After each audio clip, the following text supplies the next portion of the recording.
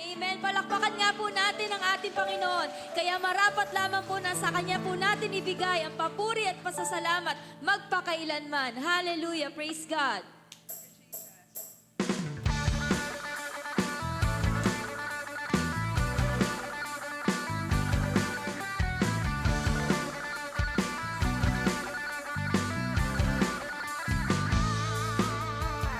Papuri, pagsamba, langit sa'yo lamang. Diyos na makapangyarihan, magpakailanman. Ang pag-ibig mo'y sapat sa kanino man. Pagkat di ka nagbabago, magpakailanman. Ika'y aking sasambahin, ngalan mo'y sasambitin. Pagkat pag-ibig mo ang siyang mahalaga sa'kin. Sa gitna ng kalungkutan, ika'y papupurihan. Pasasalamatan magpakailanman. Hallelujah. Salamat, Panginoon. Jesus. Papupuri, pagsamba, tanging sa'yo lamang. Diyos na makapangyarihan, magpakailanman. Ang pag-ibig mo'y sapat sa kanino man. Pagkat di ka nagbabago, magpakailanman.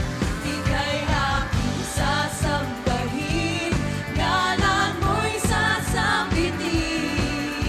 Pagkat pag-ibig mo ang siyang mahalaga sa'kin. Sa gitna ng kalungkutan, ika'y papupurihan. Pasasalamatan magpakailanman. Ika'y aking sasambahin, ngalan mo'y sasambitin. Pagkat pag-ibig mo ang siyang mahalaga sa'kin. Sa gitna ng kalungkutan, ika'y papupurihan. Pasasalamatan magpakailanman. Ika'y aking sasambahin, ngalan mo'y sasambitin. Pagkat pag-ibig mo ang siyang mahalaga sa'kin. Sa gitna ng kalungkutan, ika'y papupurihan. Pasasalamatan magpakailanman. Ika'y aming Ika'y aking sasambahin, ngalan mo'y sasambitin. Pagkat pag-ibig mo ang siyang mahalaga sa'kin. Sa gitna ng kalungkutan, ika'y papupurihan. Pasasalamatan magpakailanman. Ika'y aking sasambahin, ngalan mo'y sasambitin. Pagkat pag-ibig mo ang siyang mahalaga sa'kin. Sa gitna ng kalungkutan, ika'y papupurihan. Pasasalamatan magpakailanman. Jesus. Pasasalamatan magpakailanman. Pasasalamatan magpakailanman. Salamat, Panginoon. Thank you, Jesus. Amen. Purihin po natin ang Panginoon. God is good. All the time. All the time, God is good. Isang mapagpalang araw po sa ating lahat. Welcome po sa ating Midweek Fellowship. At binabati ko po kayo ng happy 42 years anniversary po sa ating lahat. 42 years na po tayong pinagpapala ng Panginoon. Amen? Purihin po natin ang Panginoon. At ngayon naman po, dadako po tayo sa ating pagbabalik, papuri, pasasalamat sa ating Panginoon sa oras at panahon na ito na ipinagkaloob sa atin ng Panginoon. Tayo po ay magpupuri, magpapasalamat sa ating Panginoon. Hallelujah, hallelujah Lord Jesus, hallelujah. Pinupuri ka namin Panginoon, pinapasalamatan ka namin Panginoon. Ikaw po dakila sa lahat. Purihin po natin ang Panginoon. Pasalamatan po natin. Come on, let's celebrate! Let's rejoice! Hallelujah!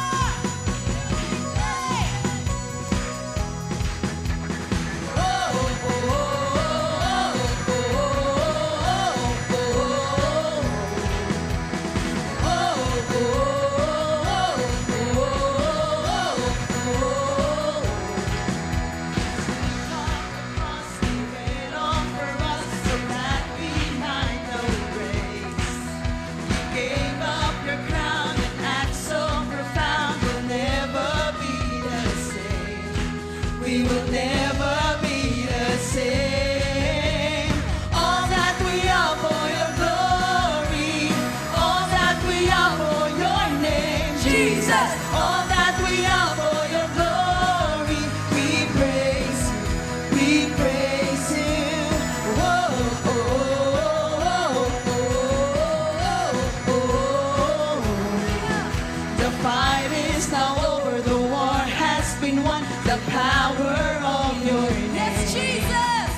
Jesus the Christ has made us alive. We'll never be the same. We will never be Come on, the let's sing it out, let's sing it out. same. All that we are for your glory, all that we are for your name, Jesus. All that we are for your glory, we praise you, we praise you. All that we are for your glory, all that we are for your name, Jesus. All that we are for your glory, we praise you, we praise you. Whoa, oh, oh, oh, oh, oh. What a sacrifice. You laid down your life to save a sinner's heart like mine. I surrender all to you, my God. Hallelujah, hallelujah, hallelujah to your name.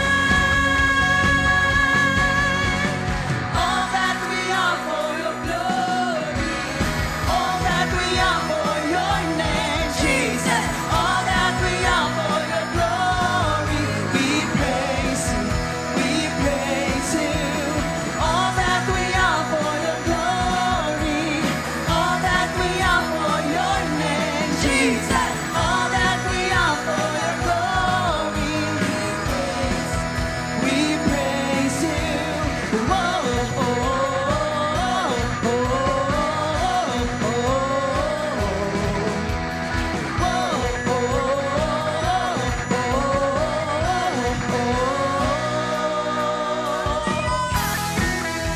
Come on, let's celebrate the goodness of Jesus!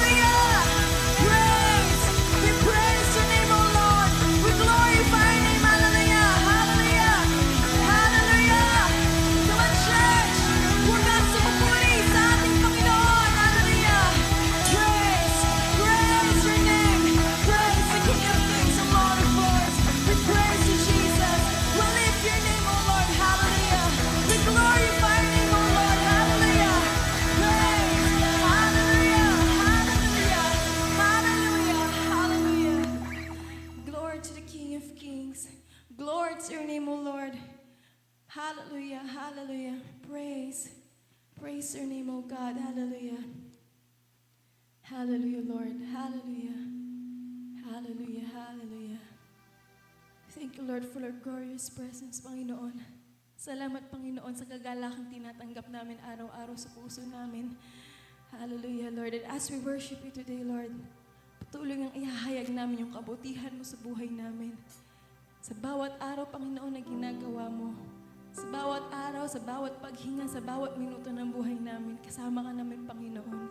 At patuloy namin nararanasan ang kabutihan mo, yung pag-ibig mo, yung kapayapaan sa puso namin, Panginoon. Hindi kaya namin matagpuan o ibigay ng mundong ito. Lord, for 42 years, you have been so faithful to us, Lord.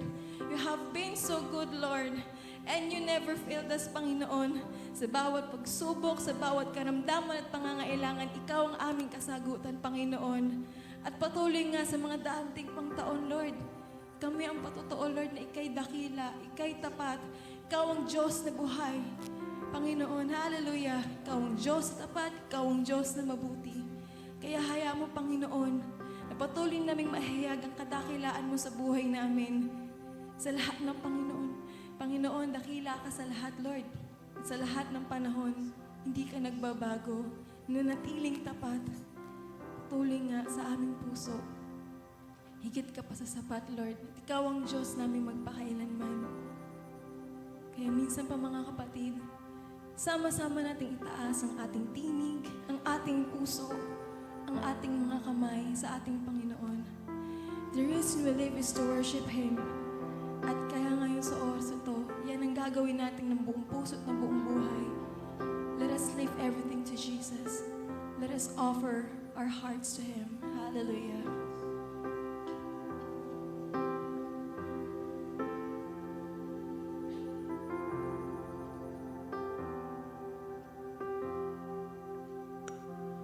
When I look into your holiness, when I gaze into your loveliness, when all things that surround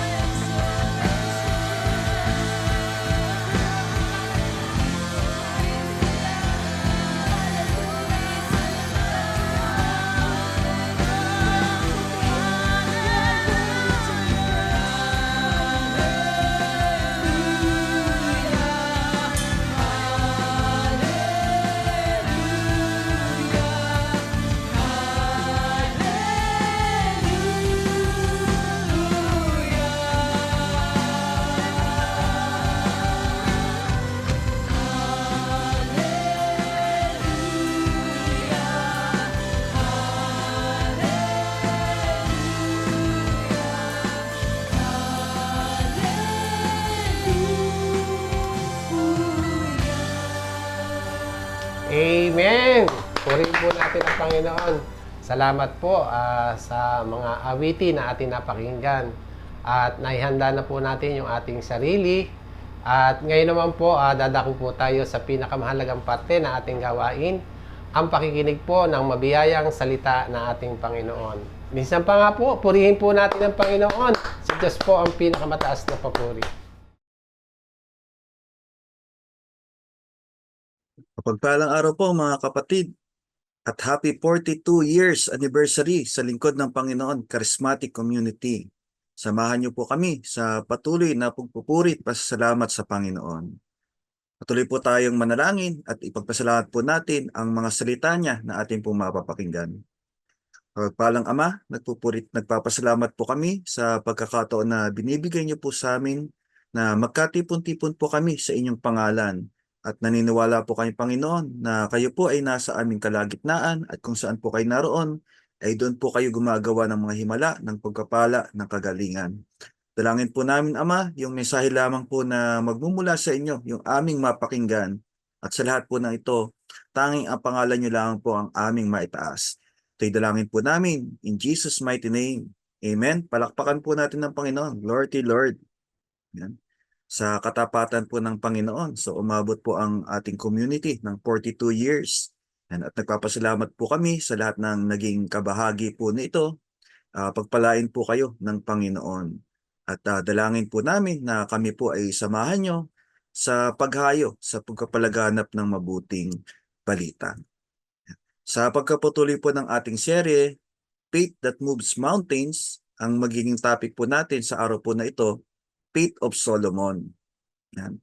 So maari pong narinig na po natin kung sino po si Solomon. Siya po ay anak ni Haring David, ang humalili po na maging hari kay Haring David. Siya rin po yung sumulat ng mga ngaral, ng mga malaking bahagi po ng kawikaan, at yung awit ni Solomon. So yan pong karunungan po na iyan. So malalaman po natin, ito po ay kaloob ng Diyos. Yan. Sabi po rito sa Mga Ngaral 1:1, ito ang mga katuruan ng mga ngaral, ang anak ni David na hari ng Israel. Sabi sa verse 12, ako ang mga ngaral ay naging hari ng Israel. Yan. At nung pong hinirang na maging hari po si Solomon, siya po ay bata pa. At nandun po yung worry po niya o yung pag-aalala po niya na paano po niya pangasiwaan yung malaking bayan ng Israel. So mababasa po natin na sa unang hari, yan, chapter 11, verse 42, naghari siya sa buong Israel sa loob ng 40 taon.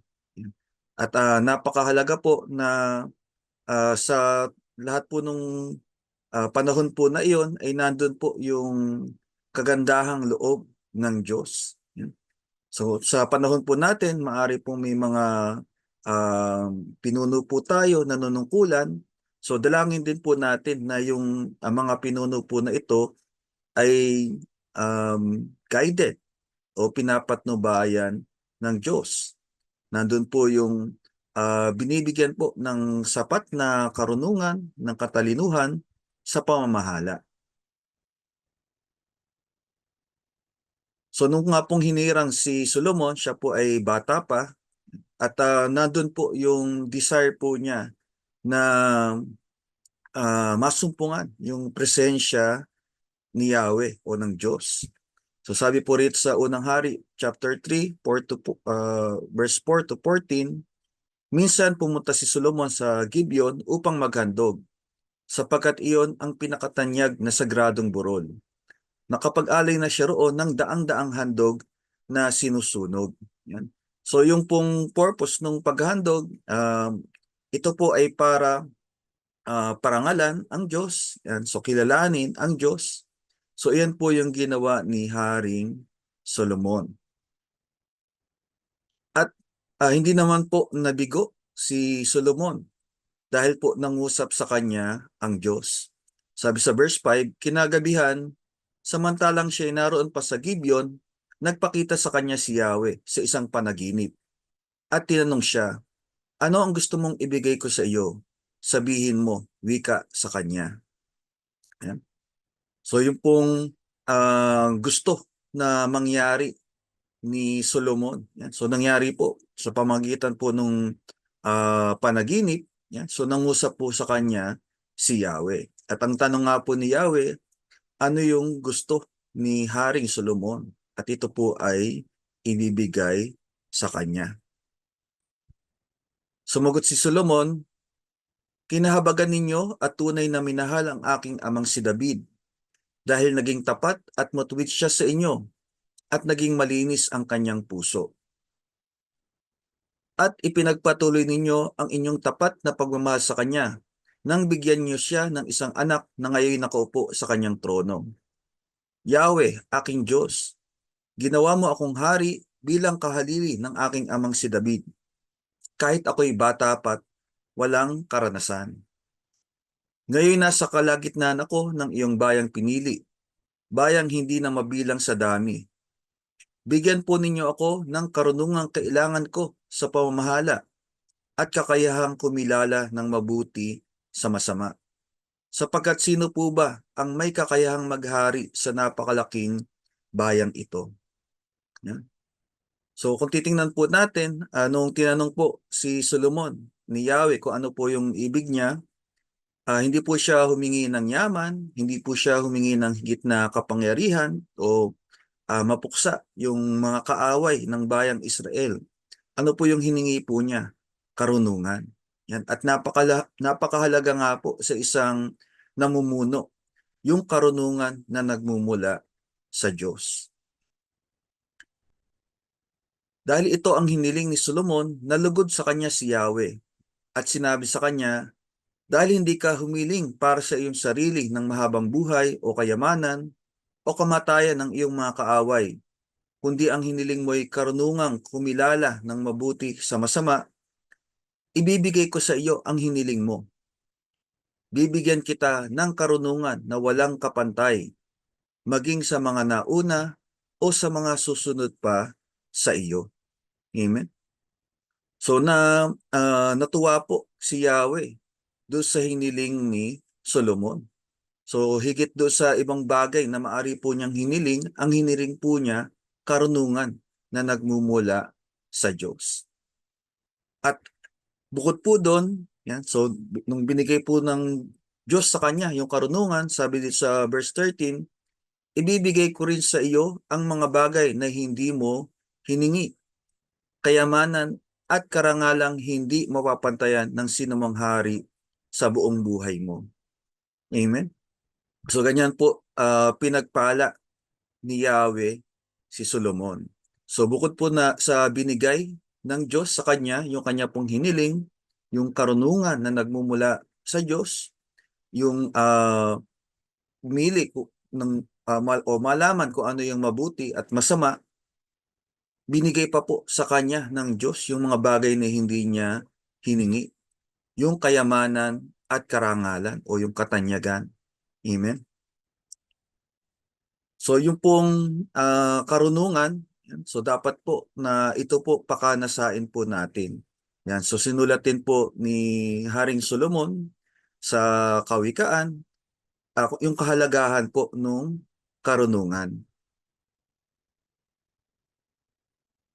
At ito po yung sinabi pa ng Diyos sa kanya. At kung mamumuhay ka ayon sa aking kalooban, kung susundin mo ang aking mga batas at mga utos, tulad ng ginawa ng iyong amang si David, pagkakalooban pa kita ng mahabang buhay. Yan. So higit po na pagpapala yung ibinigay o iginawad ng Diyos kay Solomon. Ang hiniling lang po niya ay karunungan, pero higit pa dito yung ipinagkaloob sa kanya ng Diyos. So kasama na po yung kayamanan, yung karangalan, at ito po, pati yung mahabang buhay. Amen? Yan. At sabi nga po sa unang hari, 10:23, si Haring Solomon ang pinakamarunong at pinakamayaman sa lahat ng mga hari sa buong mundo. Amen. So tinupad po ng Diyos yung sinabi po niya kay Haring Solomon na bibigyan po siya ng karunungan. Yan. At natala nga po rito na siya yung naging pinakamarunong at pinakamayaman sa lahat ng mga hari sa buong mundo. Paano po pinakita yung kayamanan, yung karunungan ni Haring Solomon? Yan. So sabi po sa unang hari 4:20-25, parang buhangin sa tabing dagat sa dami ang mga mamamayan sa Huda at Israel. Sagana sila sa pagkain at inumin at masaya silang namumuhay. Napasa ilalim sa kaharian ni Solomon ang lahat ng kaharian mula sa ilog Euphrates hanggang sa lupain ng mga Pilisteo at hangganan ng Ehipto. Nagbabayad sila ng buwis at naglilikod sa kanya habang siya'y nabubuhay. So ganyan po naging kalawak yung pinamamahalaan ni Solomon. Yan. So pagka po ang pumapatnubay sa iyo ay ang Diyos na kataas-taasan, yung karunungan na taglay mo ay mula sa Diyos. Amen. So nandun po yung pagpapala. Hindi lamang po doon sa namumuno, maging sa kanyang nasasakupan. So ano po yung sabi patungkol po sa mga mamamayan sa Huda at Israel? Sagana sila sa pagkain at inumin at masaya silang namumuhay. Yan. Kaya po napakahalaga na tama yung pamumuno o tama rin yung naluklok na namumuno na ang pamumuno po niya ay sa guidance, sa gabay ng karunungan na nagmumula sa Diyos. So halimbawa nga po si Haring Solomon, so lumawak po yung kanyang kapamahalaan, so yumaman, pero hindi lang po siya yung napagpala, pati po yung kanyang nasasakupan. Amen.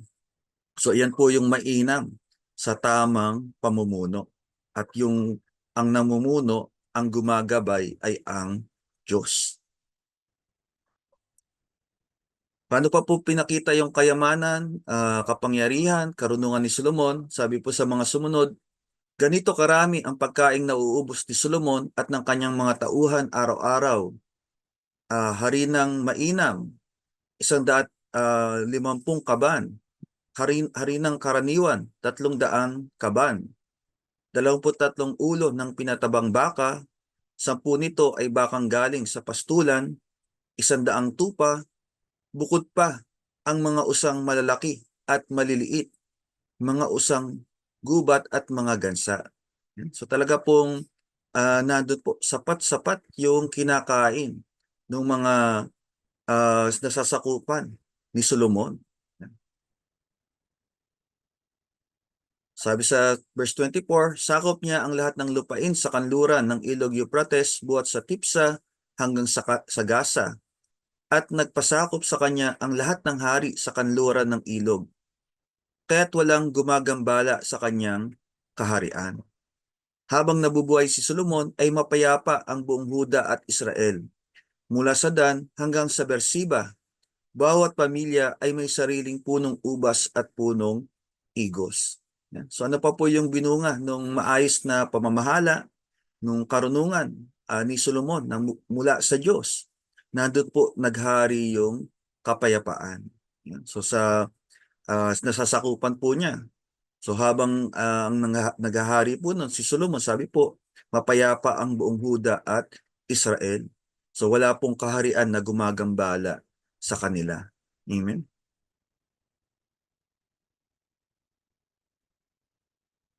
Meron pa pong binanggit dito po sa unang hari na nagpakita nung katalinuhan ni Solomon. So minsan po may dalawang babae po na lumapit po sa kanya at pinag-aagawan po nila yung sanggol. Yung sinabi po nung isa, yung sabay silang nanganak, pero yung sanggol ng isang babae ay namatay at pinagpalit yung sanggol niya doon sa sanggol na namatay. So ito yung nirereklamo po niya kay Haring Solomon. Yan. Pero sinasabi naman ng isang babae na sa kanya yung bata, anak niya. Amen. So para po malaman kung sino talaga yung ina, ano po yung sinabi o pinagawa ni Solomon? Sabi sa verse 23, kaya't sinabi ni Solomon sa isa, sinasabi mong iyo ang buhay na bata at kanya ang patay. At sa ikalawa, ang sabi mo na may iyo ang buhay at kanya ang patay. Kaya nagpakuha ang hari ng isang tabak at dinala nga sa kanya ang isang tabak. Sinabi ng hari, hatiin ang batang buhay at ibigay ang kalahati sa bawat isa. So tingnan po natin yung pinamalas na katalinuhan ni Haring Solomon. So sabi niya, sabi niyo sa inyo yung bata. So ganito na lang, hatiin na lang natin. Yan. So ano po yung naging tugon ng dalawang nanay o dalawang babae?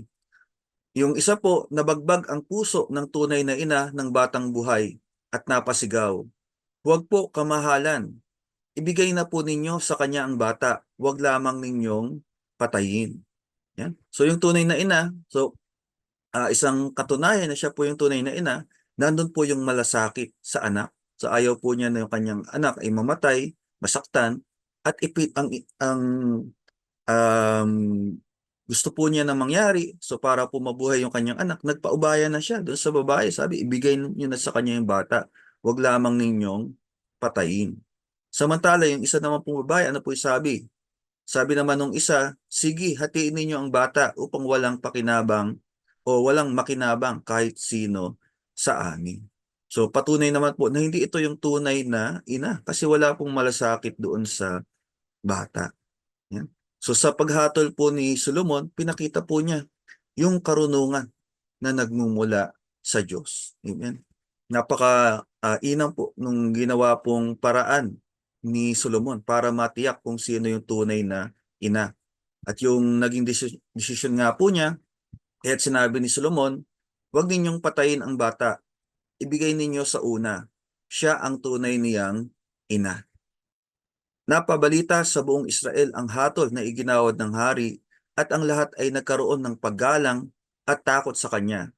Nabatid nilang taglay niya ang karunungan ng Diyos upang humatol ng makatarungan.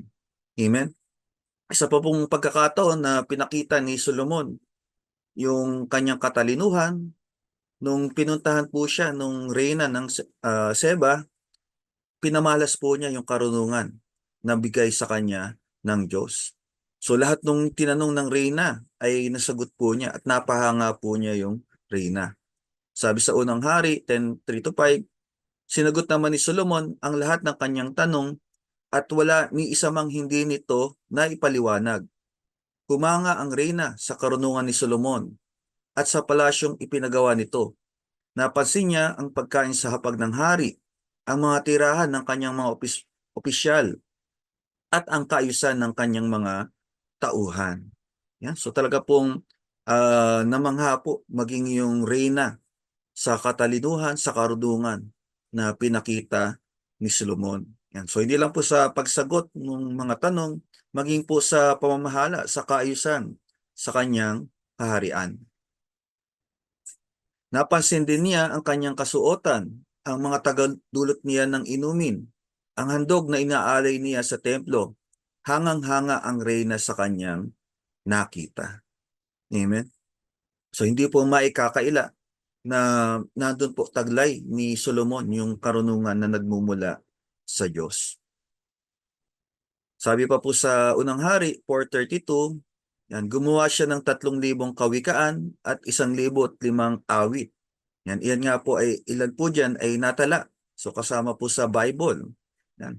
At yung karunungan po na yan na bigay ng Diyos kay Solomon ay maari pa rin po nating pakinabang. So pag ninilay-nilayan po natin, babasahin po natin yung mga nasulat ni Solomon. So paalala po, ito po ay hindi karunungan ni Solomon mismo. Ito po ay karunungan na mula sa Diyos. So gayon din po, yung iba pa po na natala sa Biblia, ito po ay salita ng Diyos, karunungan ng Diyos. Kaya napakahalaga po na pinakikinggan po natin, binubulay po natin yung salita ng Diyos. Kung ibig po talaga natin na magtamo ng karunungan, yan, nandyan na po, ibinigay na po niya. Nandyan po yung kanyang mga salita na pwede po nating pakinggan, pagbulay-bulayan. At tulad po ni Solomon, pakinabangan po natin yung karunungan na mula sa Diyos.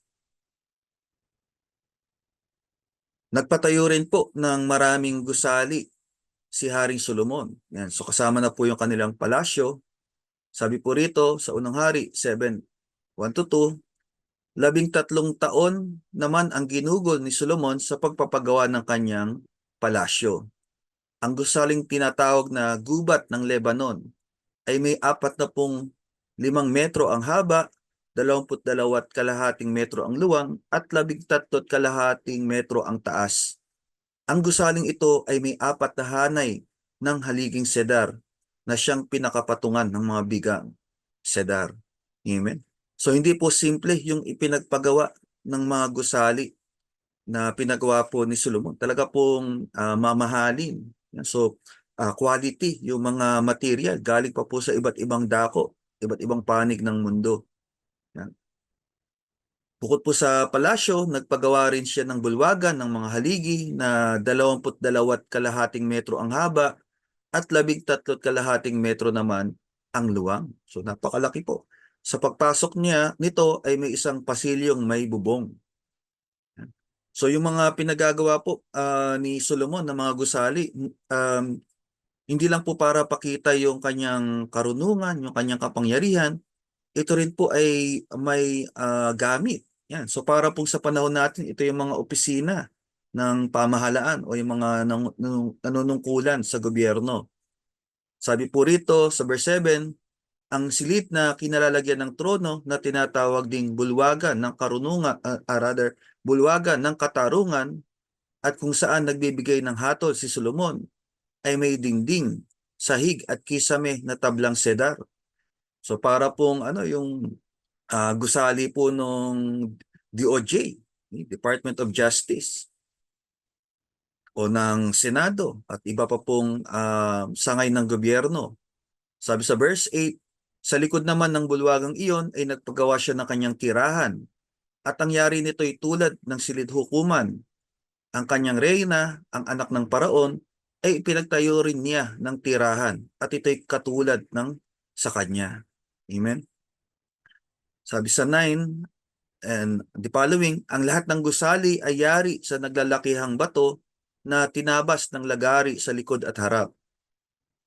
May 3.5 metro ang sukat ng mga batong ginamit sa pundasyon at mayroon ding 4.5 metro. Sa paitaas naman, mamahaling batong tinabas at mga trosong sedar ang ginamit.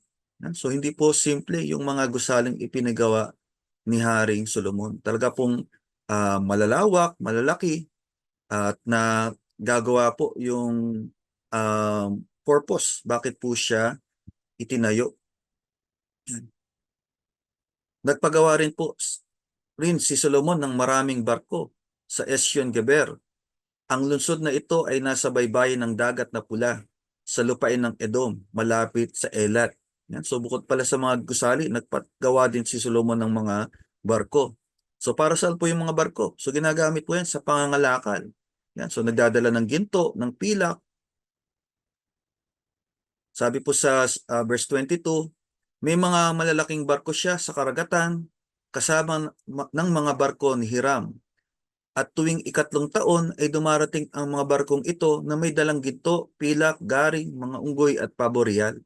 Yan. So yan po yung mga kalakal galing po sa iba't ibang bansa. At yan po ay patuloy na nagdadagdag sa yaman ng bayan, hinirang ng Diyos.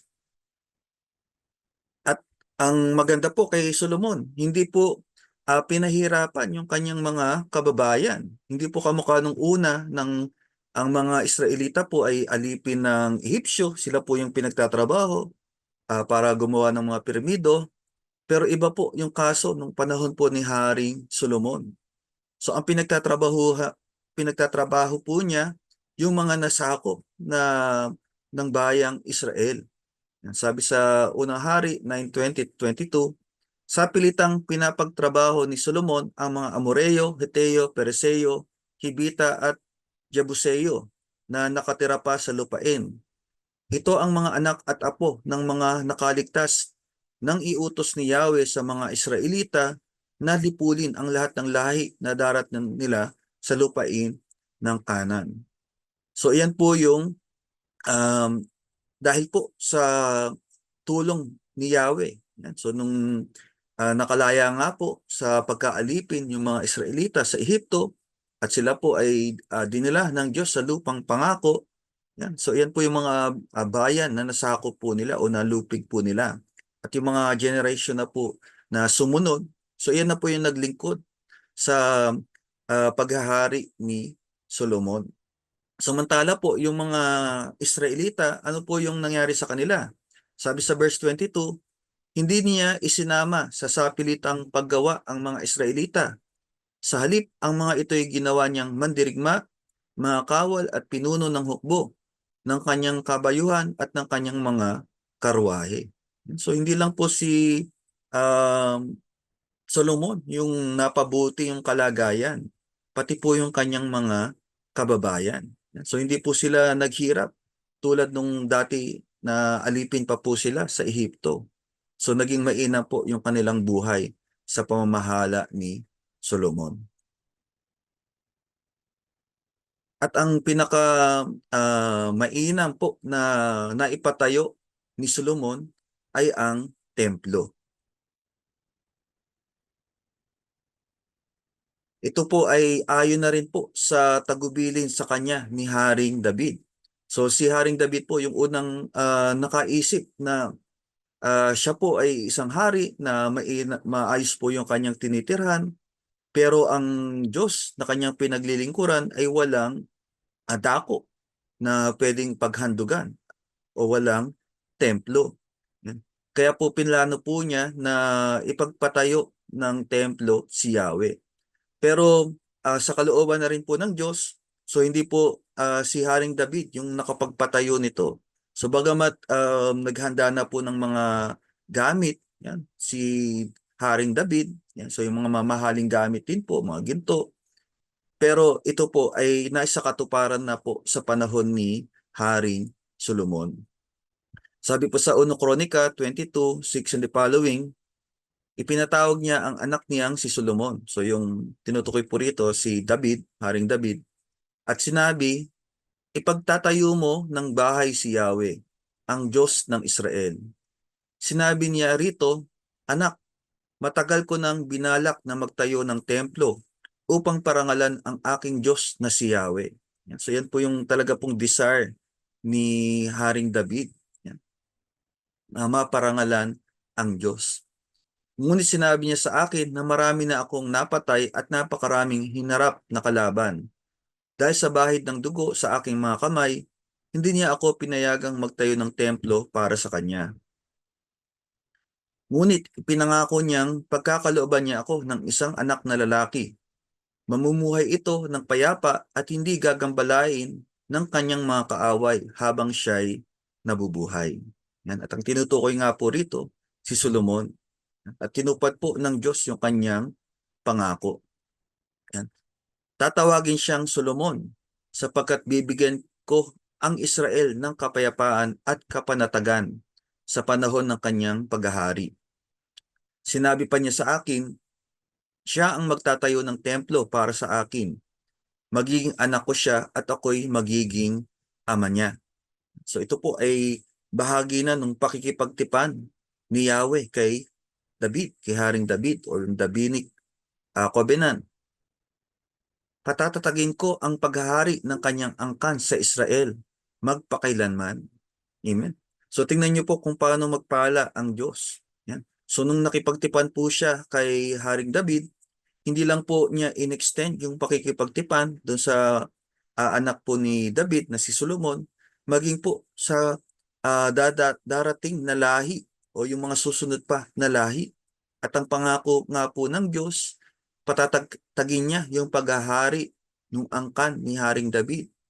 At ito po ay maghahari magpakailanman. Amen. So yan po yung pangako ng Diyos kay David. At yung unang part nga po, yung maitatag yung templo, so natupad po sa panahon na ng paghahari ni Solomon.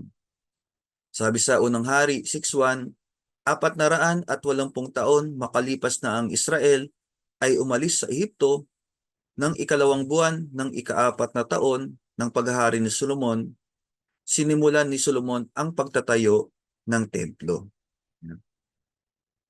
Sinabi ni Yahweh kay Solomon, kung susundin mo ang aking mga utos at tutuparin ang aking mga tagubilin, tutuparin ko ang aking pangako sa iyong amang si David.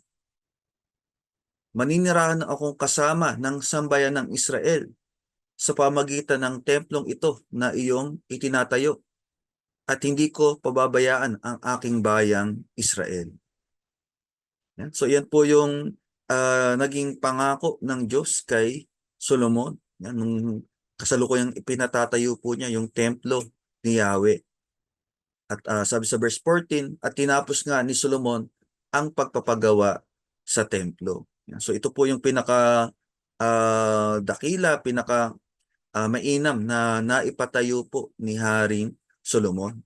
Dahil po yung templo po bilang pagpaparangal sa Diyos. Ngunit meron pong naging pagkakamali o mabigat na naging kasalanan si Solomon kalaunan. So dahil po naakit po siya sa maraming babae, so nagkaroon po siya ng maraming asawa na hindi po kabilang sa bayang pinaghaharian ng Diyos. Sabi sa unang hari 11:1-3, umibig si Solomon sa maraming dayuhang babae. Bukod pa sa anak ni Paraon, nag-asawa siya ng mga babaeng Moabita, Amonita, Edomita, Sidonyo at Heteo. Ipinagbabawal ni Yahweh sa mga Israelita ang mag-asawa sa mga banyagang ito. Yan. So ano po ba yung masama? Bakit hindi ayaw po ng Diyos na mapangasawa ng mga Israelita, yung mga taga-ibang bayan? Kasi po ito pong mga dayuhan ay sumasamba sa mga Diyos-Diyosan. At yan po yung nangyari o naging kapahamakan din ni Solomon. So dahil umibig po siya sa maraming dayuhang babae, naakit po siya na sumamba sa mga Diyos-Diyosan. Bagamat binalaan na po siya, kinausap ng Diyos, sabi sa kanya, huwag kayong mag-aasawa sa mga lahing iyan, sapagkat tiyak na ililigaw nila kayo at hihikayating sumamba sa kanilang mga Diyos-Diyosan, sabi ni Yahweh. So nandun na po yung warning. So tayo po, nandun din po na nangungusap ang Diyos sa pamagitan po ng kanyang mga salita, sa pamagitan po ng napapakinggan po natin na preaching, teaching. Iyan din po ay pakinggan po natin. Dahil po ang ayaw po ng Diyos na tayo po ay mapahamak. Kaya po sinabi po ito ng Diyos. Bakit ayaw po ni Yahweh na mapangasawa ni Solomon yung mga dayuhan? Dahil hihikayatin siyang sumamba sa mga Diyos-Diyosan. Ngunit nahulog ang loob ni Solomon sa mga babaeng ito. Ang mga asawa niyang mula sa lipi ng mga hari ay 700 at ang kanya namang mga asawang lingkod ay 300. So yung iba po, ang palagay po nila, kaya ginawa ito ni Solomon ay para magkaroon ng kaunawaan sa mga ibang hari, sa ibang mga bansa para mapanatili yung kapayapaan. Pero kahit po ganun, ay hindi pa rin po ito dahilan para hindi pakinggan ni Solomon yung babala ng Diyos. So dahil nga po naranasan naman po niya na kaya po naging mainam yung kanyang paghari ay dahil sa karunungan na nagmumula sa Diyos.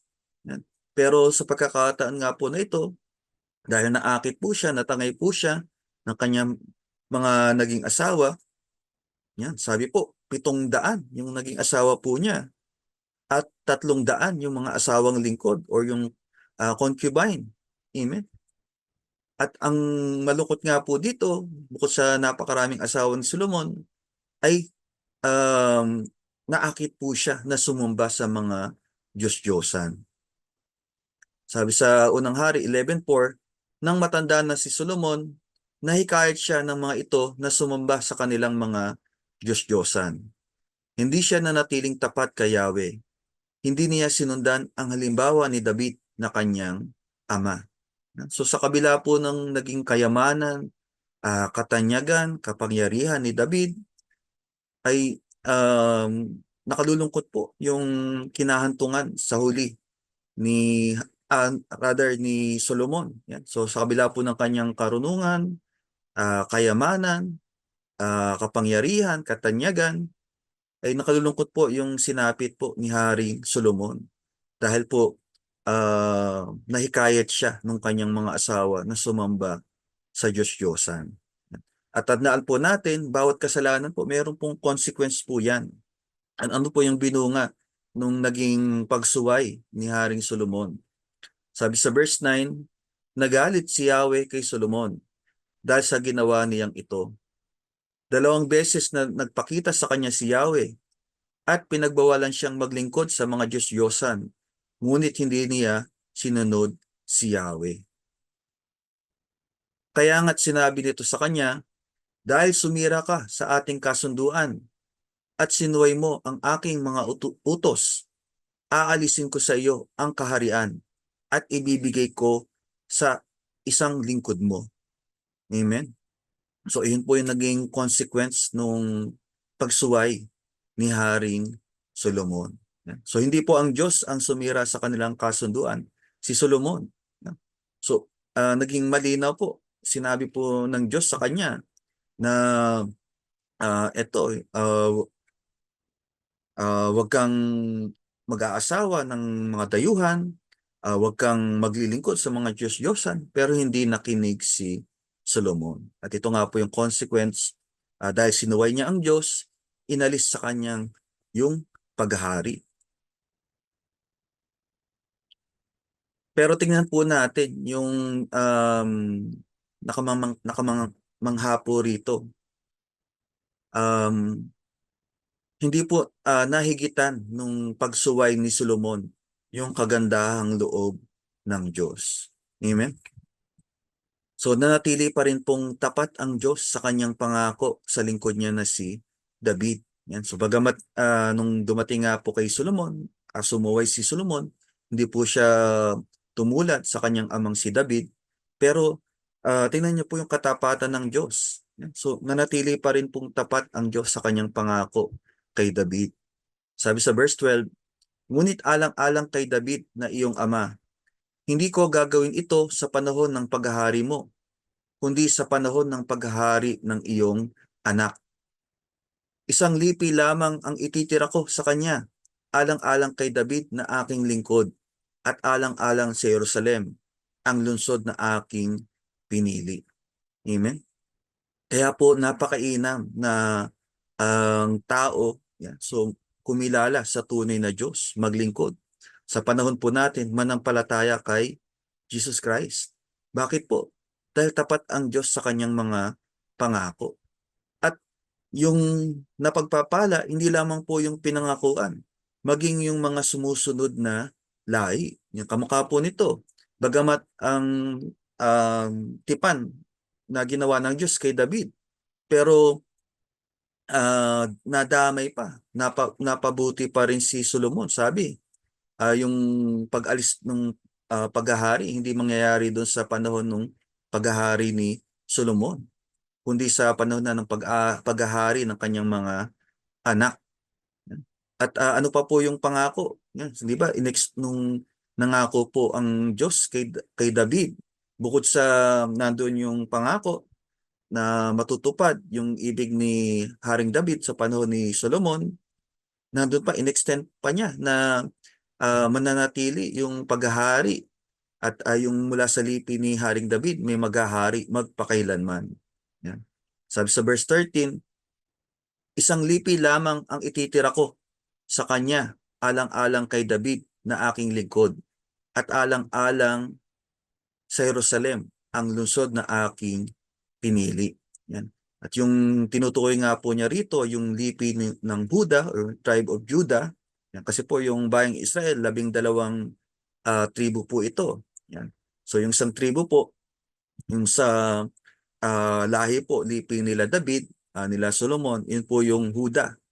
At ano po yung pangako ng Diyos? So mula po sa lipi o sa lahi ni David, merong maghahari magpakailanman.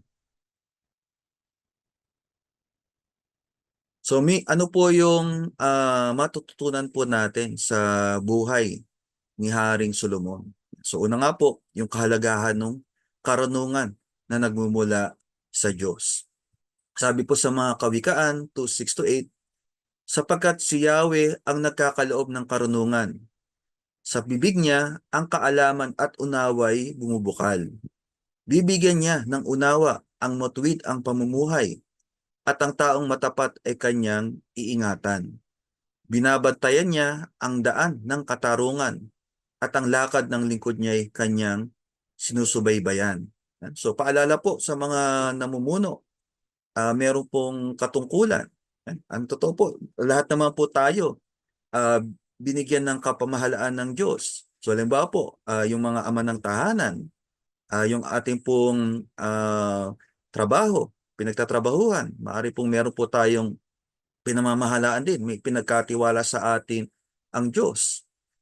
Yung pong nagninegosyo, yan. So meron pong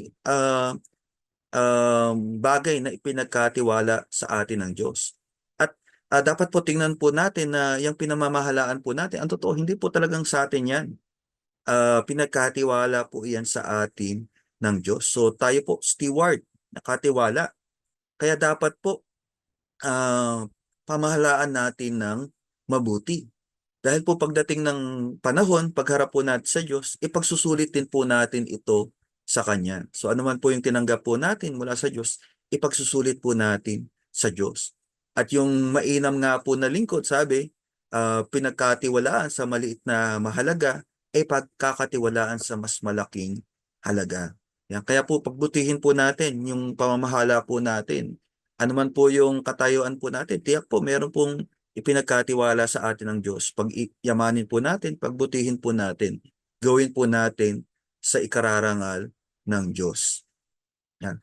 At para po magawa po natin ito, napakahalaga po, pahalagahan po natin yung karunungan na nagmumula sa Diyos.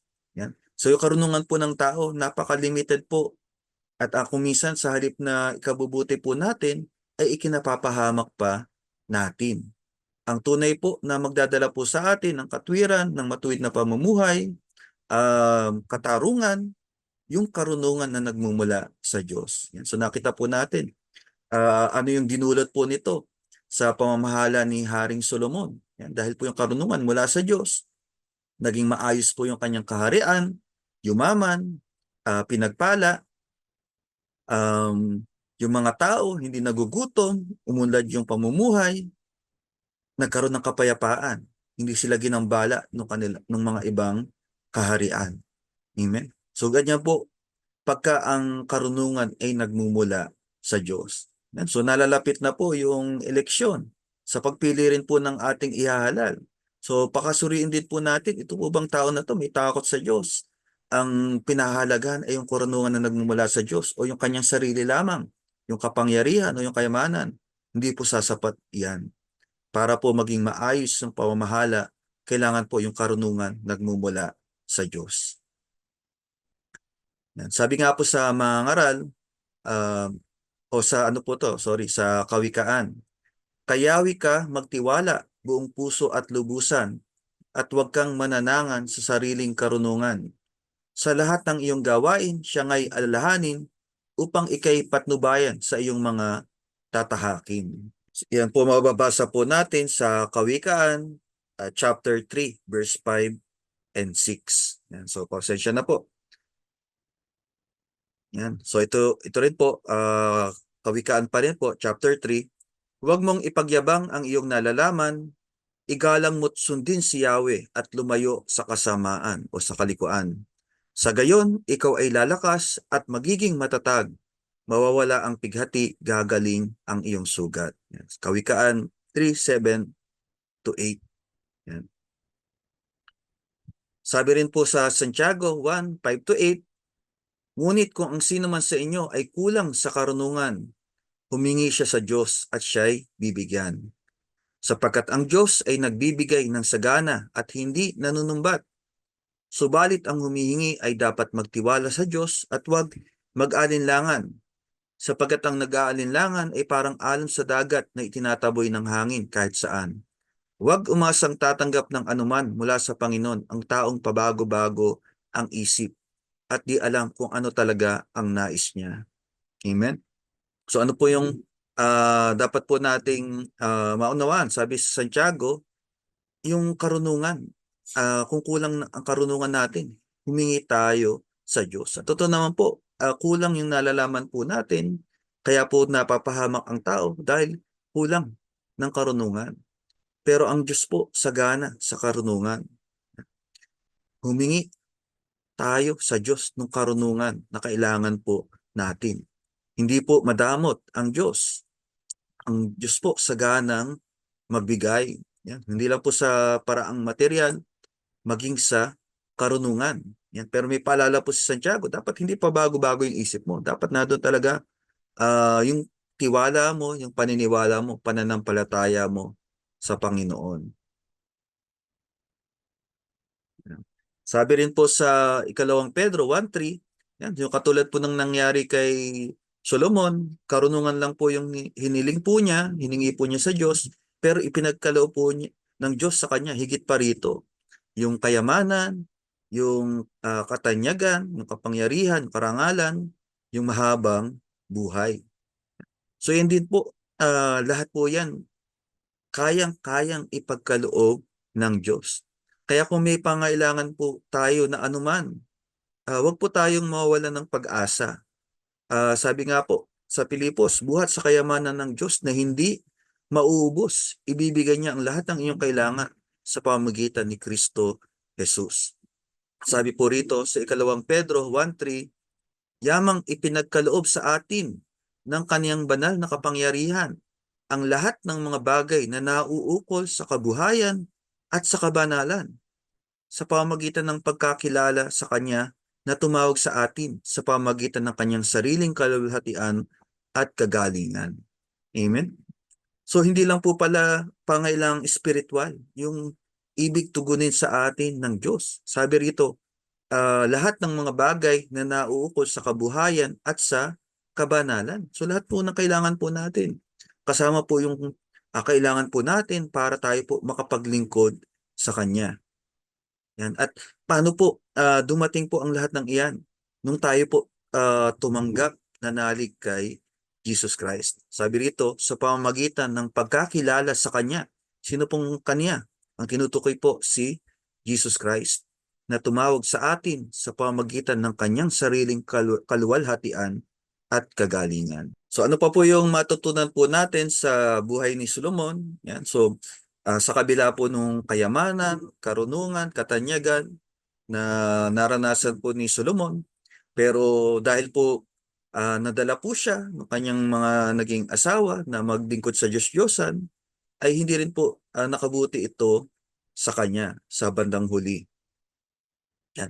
At ang paalala nga po, sabi sa 2 Korinto 6:14, huwag kayong makisama sa mga di sumasampalataya na para bang kapareho ninyo sila. Maari bang magsama ang katwiran at ang kalikuan o kaya'y ang liwanag at ang kadiliman? Yan. So sa ibang translation po, huwag kayong makipamatok. Yan. So ano po ba yung pamatok? So yun po yung nilalagay doon sa baka o sa kalabaw para po sa pag-aararo. Yung nilalagay po doon sa balikat. So yung kaugnay po nito yung sinasabi rito sa Deuteronomio 22:10. Huwag ninyong pagsasamahin sa iisang araro ang baka at ang asno. Yan. So napakaganda po ng paglalarawan. Kasi nga, kung halimbawa gagamitin mo sa pag-aararo yung baka at ang asno, yung asno maliit kaysa baka, so hindi na po pantay. So affected na po yung pagtatrabaho nila. Hindi na po nila magagawa ng mahusay yung pag-aararo. dahil hindi tama yung pinagsama. So ang tama dapat parehong baka. Yan. So pareho. So sa kaso po halimbawa ng bayang Israel, kapwa nila Israelita. So kabilang sa bayang pinaghaharian ng Diyos. At yung pakikipamatok nga po, yung pakikisama tinutukoy po rito, yung nangyari po, yung naging babala po kay Solomon, yung pag-aasawa ng mga dayuhan. Yan. So kasi po pagka mag-asawa na kayo, sabi pinag-isa kayo ng Diyos. Kaya napakalaking impluwensya po nung bawat isa, yung mag-asawa sa isa't isa. Yan. At kung hindi nga po pareho, halimbawa ng pananampalataya, ay hindi po maganda yung idudulot po nito. So halimbawa po, yung asawa, pwedeng pagbawalan na dumalo sa gawain o maglingkod kasi hindi naunawaan ng kabiyak niya yung halagahan ng ginagawa niya. Amen? Pero tinuturo din po sa atin, halimbawa po kung ikaw nung nanampalataya ka, may asawa ka na at yung asawa mo ay hindi pa mananampalataya. So ang turo din po ng salita ng Diyos, huwag mong hiwalayan yung asawa mo. Dahil baka sa pamagitan mo, itong kabiyak mo, yung asawa mo, makakilala sa Diyos. Amen? Yan. So pero kung nagpaplano pa lang po tayo na mag-asawa, yung mga kabataan po, yan. So bago po kayo mag-asawa, tingnan nyo po yung tinuturo ng salita ng Diyos. Yan. At yung pakipamatok po, hindi lang po ito sa pag-aasawa. Yan. So maaari din po ito sa, halimbawa, sa pagninegosyo. Yan. So pagka hindi po pareho yung pamantayan nyo o yung pinahahalagahan nyo at magsososyo po kayo sa negosyo, maaring dumating yung time, magkaroon po ng conflict. Kasi hindi kayo pareho nung pamantayan o yung values. Yan. So baka yung isa, iniisip niya, siguro basta kumita, lumago yung negosyo kahit sa masama o sa illegal. Kung ikaw mananampalataya, ano nga yung gagawin mo? Kasosyo mo, hindi mananampalataya. At ang ibig nga, ang gawin ay yung bagay na hindi kalugod-lugod sa Diyos. So napakalaking problema po yun. Pagka ang kasama mo, kanegosyo mo, hindi kayo pareho nung pinapahalagahan. O kung sa mag-asawa nga, mag-aasawa ka, hindi kayo pareho nung pananampalataya. Yan. Kaya nga po, isang babala, warning sa atin. At yung sa mga byuda nga po, sabi ni Pablo, kung mag-aasawa ulit, dapat sa kapwa rin mananampalataya. Yan. Pero kung nakakilala ka sa Diyos, yung asawa mo hindi pa mananampalataya, sabi, ang turo po ni Pablo, isang lingkod ng Diyos, huwag mong hiwalayan. Yan. So dahil instrumento ka ng Diyos, nandun yung biyaya ng Diyos sa iyo. Kung halimbawa, mainam mo na ginagawa yung tungkulin mo bilang asawa, makita nung asawa yung binagong buhay mo, magiging daan ka rin para yung asawa mo makakilala sa Diyos. Amen? Yan. Sabi, kaugnay din po nito, sinasabi sa 1 Corinto 15:33, huwag kayong paloloko o huwag kayong padadaya. Ang masasamang kasama ay nakakasira ng mabuting pagkatao. Yan. Kaya yung sabi, do not be even yoked with unbelievers. Yan. So parang baka at asno, hindi pareho eh. Yan. So mahirap pagka ganun po yung naging ugnayan po natin. Yan. So hindi naman po sinasabi nito na totally hindi na po tayo maaring makipag-ugnayan sa mga wala pang pananampalataya.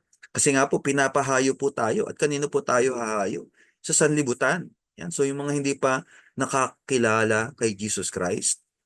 Yan. Sa sulat po ni Pablo sa mga taga-Korinto, ano po yung sabi niya? 1 Corinto 5:9-11. Sinabi ko sa aking sulat na huwag kayong makikisama sa mga nakikiapid.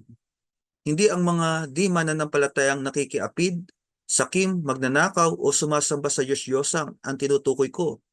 Sapagkat kinakailangan ninyong umalis sa mundong ito para sila'y maiwasan. So very impractical po o imposible na maiwasan po natin yung mga hindi mananampalataya. Talaga pong darating yung time, ma-encounter po natin sila. Kaya sabi ni Pablo, hindi ito yung sinasabi ko na huwag niyong pakikisamahan. So, sino po yung tinutukoy niya? Sabi sa verse 11, ang tinutukoy ko na huwag ninyong papakisamahan, ang nagsasabing sila'y Kristiyano, ngunit nakikiapid, sakim, sumasamba sa Diyos-Diyosan, nanlalait, naglalasing, at nagnanakaw. Ni huwag kayong makikisalo sa ganyang uri ng tao. At sabi nga niya, kung nandyan niya sa iglesia, itiwalag ninyo. Kasi hindi naman talaga tunay na mananampalataya. Ibig sabihin, pakunwari lang yung kanilang pananampalataya. Amen? At yun po yung mahirap kasi po yung wala pa sa Panginoon. Yan. So baari nga po na nandun pa alipin ng kasalanan pero may chance na maligtas. Yan. So pagka maaring itong mga tao po na ito, pagka nakapakinig ng mabuting balita, naranasan po nila yung habag, yung kagandahang loob po ng Diyos, ay magkakaroon po sila ng bagong buhay mula sa Panginoon. Ang mahirap po itong nagpapanggap na Kristiyano. Pero ang totoo, nakikiapid, sakim, sumasamba sa Diyos-Diyosa, nanlalait, naglalasing at nananakaw. At iba pang ibang kasalanan na tulad po na ito. At sasabi ni Pablo, ito yung tinutukoy niya na huwag ninyong papakisamahan. So, kasi parang nato-tolerate yung mali nilang ginagawa. Amen? Yan. At saan pa po nabanggit yung tungkol sa pamatok? Yan. So nabanggit nga, don't be of even yoke with unbelievers. So yung pamatok nga na tinutukoy po rito, yung pakikipag-ugnayan. So kanino po dapat tayo tumanggap ng pamatok? Yan. Sabi po ng Panginoon sa Mateo 11:29-30, pasanin ninyo ang aking pamatok at matuto kayo sa akin. Sapagkat ako'y maamo at may mababang loob, makakatagpo kayo sa akin ng kapahingahan, sapagkat madaling dalhin ang aking pamatok at magaan ang pasaning ibibigay ko sa inyo. Amen? So dapat yung pamatok po natin, so instead of with unbelievers, sa Panginoon. Amen? So yung ugnay, ang dapat po, ang pahalagahan po natin, hindi po yung kung paano tayo tinitingnan ng sinlibutan o ng taong nakapaligid po sa atin, kundi yung ignayan po natin sa harapan ng Diyos. Yung ugnayan po natin kay Jesus Christ. At kung yung pamatok nga po ay mula sa Panginoon, sabi, ito ay magaang dalhin. Bakit? Kasi kasama mo ang Panginoon. Siya yung gumagabay at nagbibigay ng kalakasan sa iyo. Kaya nga sabi, madaling dalhin ang aking pamatok at magaan ang pasaning ibibigay ko sa inyo. Sa totoo po, may pasanin. Ano po yung pasanin po o yung krus na dapat po nating dalhin? So lahat po ng mga alagad, sabi po niya, humayo kayo. Gawin yung alagad ko ang lahat ng tao sa lahat ng mga bansa. Bautismo sila sa ngalan ng Ama, ng Anak at Espiritu Santo at turuan sa lahat ng ipinag-utos ko sa inyo. Tandaan ninyo, ako'y laging kasama ninyo hanggang sa katapusan ng panahon. Yeah? So, yun po yung dapat nating dalhin. Kung tayo po ay mananampalataya na, humayo tayo. At tapat ang Panginoon, sabi, tayo kanya sasamahan. So, nandun po, bagamat may papasanin po tayo, pero magaang dalhin. Amen? So, lalo na po, kung yung karunungan ay nagmumula sa Diyos. Yan. So yung nga pong ugnayan po natin sa mga taga-sanlibutan. Yan. So bagamat nandun po na tayo nga po ay pinasugo sa sanlibutan, hindi naman po ibig sabihin nito na gagawin na rin po natin yung mali na lang gawa. So sabi po ni Pablo sa mga taga-Korinto, 1 Korinto 9:21-22, sa piling naman ng mga hintil na hindi saklaw ng kautusan, ako'y naging parang hintil upang sila'y mahikayat ko rin. Subalit hindi ito nangangahulugang hindi ko sinusunod ang mga utos ng Diyos, sapagkat ako'y nasa ilalim ng kautusan ni Kristo. Amen? So nandun pa rin po na ang purpose, so bakit ka hahayo, ay para sa Panginoon. Yan. So parang itong mga tao po na ito, makaalam ng katotohanan, makakilala kay Jesus Christ. pero hindi po nangangahulugan na gagawin mo na rin yung maling ginagawa nila. Sabi sa sumunod, sa piling ng mahihina, ako'y naging parang mahina rin, upang mahikayat ko sila. Ako'y nakibagay sa lahat ng tao, upang sa lahat ng paraan ay makapagligtas ako ng kahit ilan man lamang. Yan. So hindi po yung pakikisama na gagawin mo yung ginagawa o ginagawa nilang masama, kundi nakikibagay ka para mahikayat mo ang tao makakilala sa Panginoon. Amen. So ano pa po yung matutunan po natin sa buhay ni Haring Solomon? Yan, so nakita po natin yung katapatan ng Diyos na sa kabila po na yun nga po kalaunan sumuway si Solomon, pero nanatili pa rin po yung katapatan ng Diyos sa pangako po niya kay Haring David sa ama ni Solomon. Sabi sa ikalawang Samuel 7:12-16, ito po yung Davidic Covenant, yung pakipagtipan ng Diyos kay Haring Solomon. Pagkat matay mo, isa sa mga anak mong lalaki ang hahalili sa iyo bilang hari, at papatatagin ko ang kanyang kaharian. Siya ang magtatayo ng templo para sa akin, at sa kanyang angkan magmumula ang maghahari sa aking bayan magpakailanman. Yan. So yun nga pong natupad yung pagtatayo ng templo sa panahon po nung paghahari ni Solomon. Pero may extension nga po yun. Sabi, sa kanyang angkan magmumula ang maghahari sa aking bayan magpakailanman. At sino po yung tinutukoy po doon? Yan. Sabi sa verse 14, ako'y kanyang magiging ama at siya aking magiging anak. Kung siya'y magkasala, paparusahan ko siya tulad ng pagparusa ng ama sa nagkakasalang anak. Ngunit ang paglinga po sa kanya ay hindi magbabago, di tulad ng nangyari kay Saul. Yan. Magiging matatag ang iyong sambahayan, ang iyong kahari ay hindi mawawaglit sa aking paningin, at mananatili ang iyong trono magpakailanman. Yan. So yan po yung pangako ni Yahweh kay Haring David. Yan. At kailan po ito natupad? Nung dumating si Jesus Christ. Amen.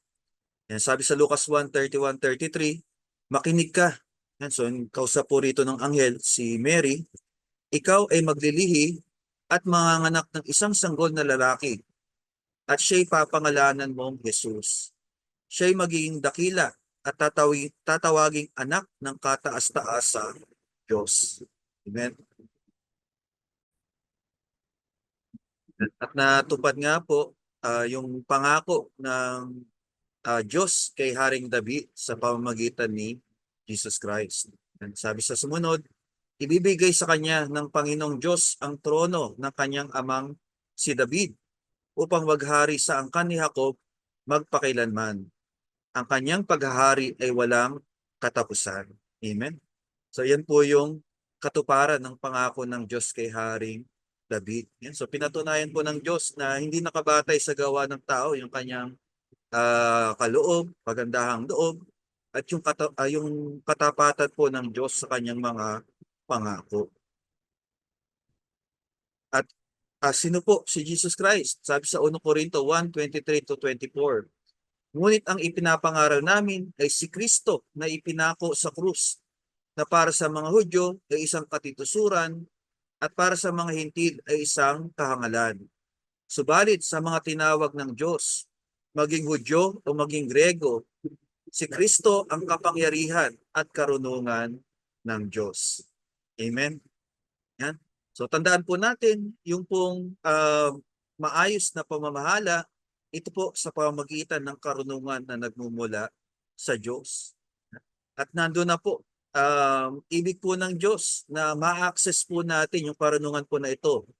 Ibinigay na po niya more than 2,000 years ago yung daan sa ating pong ikaliligtas. At iyan po si Jesus Christ. Amen. At nawa po, napagpala po kayo ng salita ng Diyos. And samahan niyo po ako sa pananalangin. Pagpasalamat po natin sa Panginoon yung ating mga napakinggan. Lord, praise you Lord. Salamat po Ama sa mga mensahe po na pinaabot niyo po sa amin. Ituro niyo po sa amin yung kabuluhan po nito sa buhay ng bawat isa. Na paano nga po na dapat ang tiwala po namin ay sa iyo, hindi po sa aming sariling karunungan o kalakasan, Salamat Ama dahil sa pamagitan ni Jesus Christ, kami po ay ni access sa grace. Kasama na po yung karunungan na nagmumula sa inyo. Dulutan niyo po Ama na yung magiging mga tagapamahala po sa amin, yung mga mamumuno po sa amin, ang taglay ay yung karunungan na nagmumula sa inyo at may banal na pagkatakot sa inyo nang ang aming pong bayan ay magkaroon ng kaayusan, magkaroon ng kapayapaan at pag-unlad. Salamat po Ama sa mga itinalagay na nangangasiwa po sa amin, sa iglesia po, sa community po ng lingkod. Salamat po for 42 years na pinagpala niyo po kami at nanatili ang inyong katapatan, Panginoon, sa lingkod ng Panginoon, Charismatic Community. Iba yung pagpapala po ang dalangin po namin sa mga nangangasiwa po sa amin, mula sa aming pastor, sa bawat mga naglilingkod, manggagawa, at bawat bahagi po ng community ng lingkod. At dalangin po namin na patuloy po magamit niyo po kami, maitaas po namin yung inyong pangalan at maibalik po namin narapat na papuri, pagsamba, pagdakila na tanging sa iyo lamang. Salamat po Ama, sa iyo po ang pinakamataas na papuri at pagsamba in Jesus' mighty name. Yan. So salamat po mga kapatid at nawa po napagpala po tayo ng mga salita ng Diyos. Baunin po natin yung mga mensahe po na ito at para po ito yung ating maranasan, ating pong panaligan. Yan. At tayo po bilang mga mananampalataya ay pinahahayo po ng Panginoon. Yeah. So kaya po bilang bahagi po ng community na ang Panginoon din po ang nagtatag. Yeah. So ipahayag po natin na para kay Kristo kasama ng lingkod na tayo ay hahayo. Pagpalain po kayo ng Panginoon. God bless us all.